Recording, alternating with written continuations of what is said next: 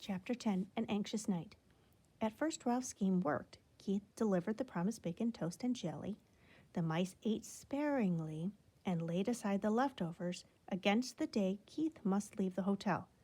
Ralph's mother continued to worry about tipping room service. "I want to do the right thing," she insisted. "There must be some way we could manage a tip."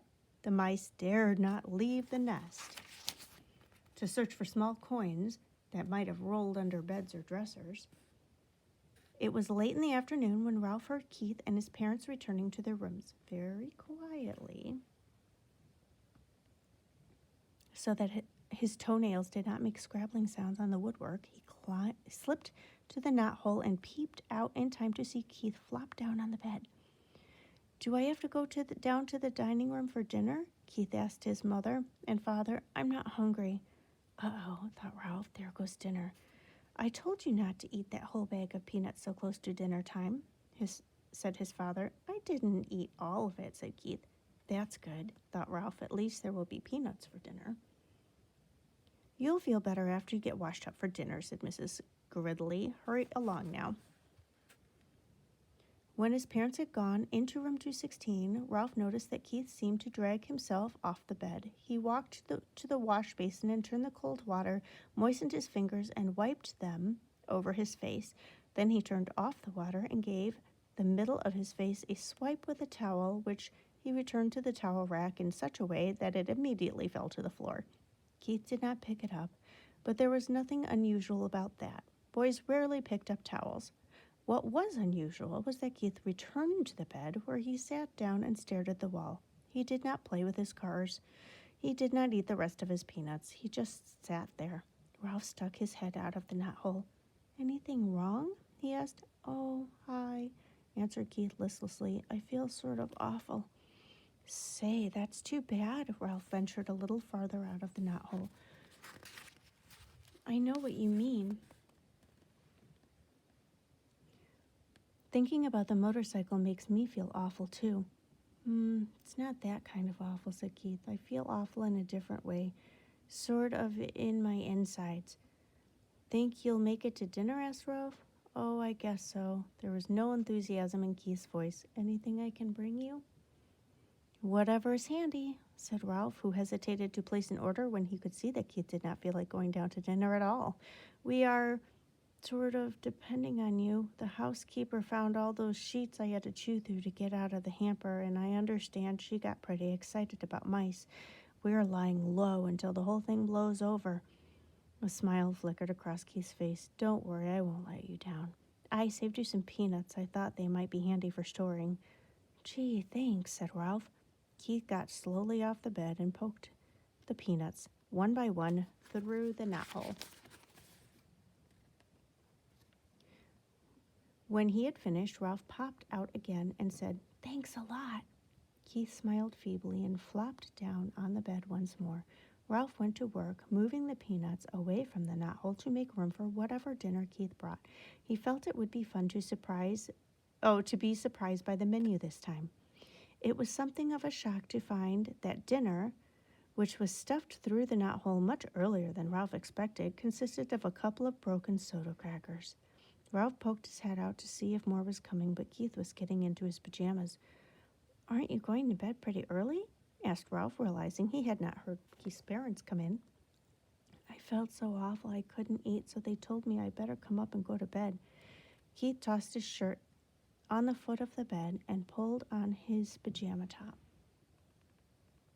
When his head emerged, he said, "I'm sorry about your dinner. It was the best I could do. All I had was a little soup."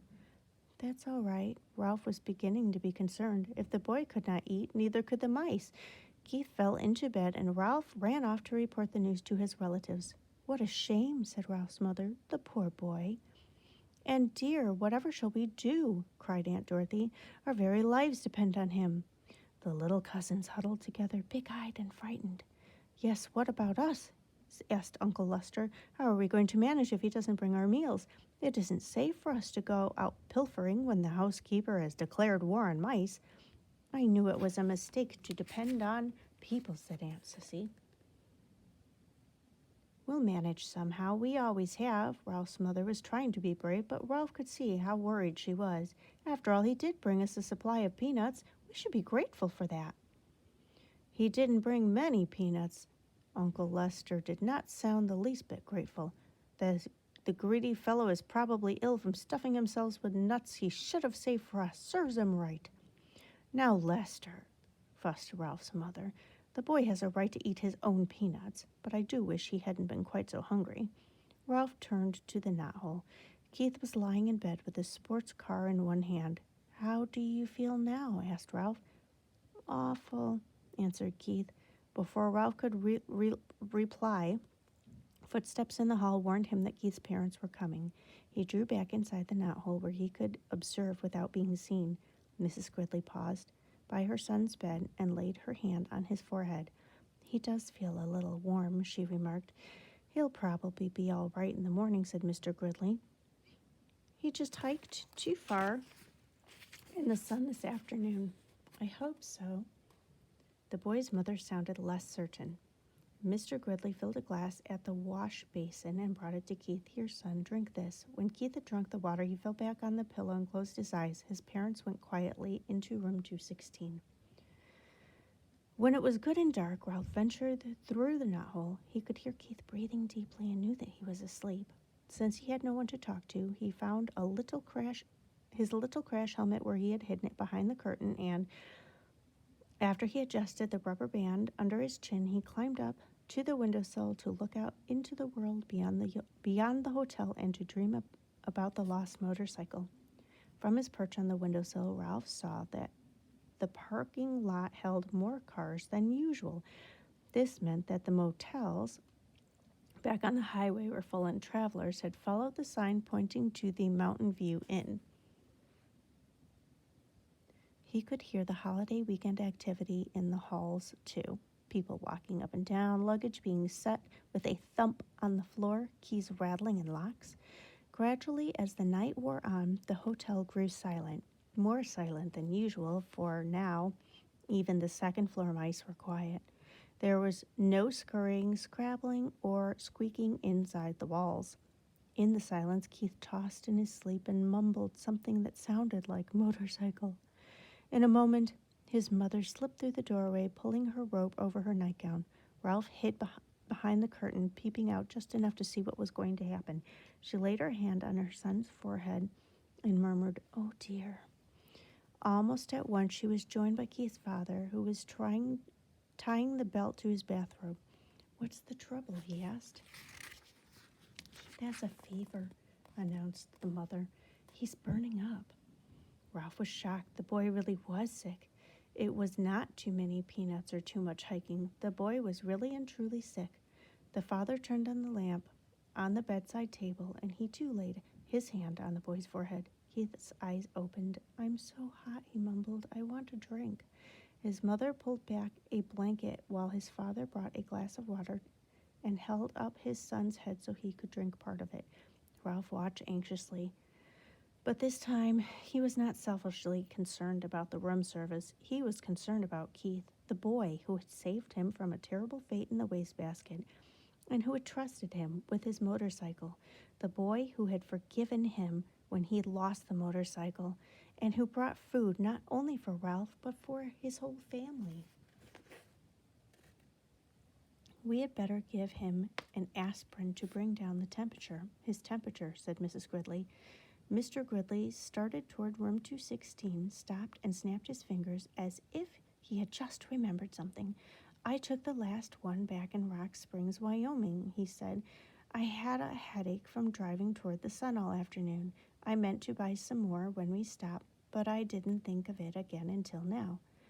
"I should have thought of it myself," said Mrs. Gridley. "I knew we were almost out." "Never mind, I'll get some." Mr. Gridley picked up the telephone, listened, shook it, listened again, and said, "That's peculiar. The line seems to be dead." "They must disconnect the switchboard at night," said the mother, "but surely there's someone on duty at the desk downstairs. Every hotel has a night clerk." "I'll go and find out," said the father, and slipped out the door into the hall. "I'm so hot," mumbled Keith. "I'm so hot." His mother wrung out a washcloth in the cold water and laid it on her son's forehead. You'll feel better as soon as we get you an aspirin, she whispered. The minutes dragged by. What's keeping him, thought Ralph. Why doesn't he hurry? The old hotel snapped and creaked. Keith rolled and tossed, trying to find a cool spot on the pillow, and his mother wrung out the washcloth and more cold water. When's Dad coming? Asked Keith, his eyes bright and his cheeks flushed. In a minute, soothed his mother. He'll be here in a minute. I wish he would hurry, thought Ralph. Still the minutes dragged on. Finally, footsteps were heard in the hall, and Mr. Gridley returned to room 215. He's here with the aspirin, whispered Mrs. Gridley to Keith. At last, thought Ralph. I thought he would never come. Mr. Gridley shook his head. There isn't an aspirin to be found any place. He sounded thoroughly exasperated. First of all, the night clerk was sound asleep on the couch in the lobby. I had a dickens of a time waking him up, and when I finally did manage to, he couldn't find any aspirin anywhere. Oh, no, exclaimed the mother. Oh, no, echoed Ralph's thoughts. What about the little gift shop off the lobby? Asked Mrs. Gridley. It must sell aspirin. Locked up tight till the clerk went home with the key. And the clerk went home with the key, answered Mr. Gridley. Oh, dear. The night clerk was really very nice about it, said the father. He even came up and looked in the housekeeper's office. How far is the nearest drugstore? 25 miles back on the main highway, answered the father, and it closed at 10 and doesn't open till 9 in the morning.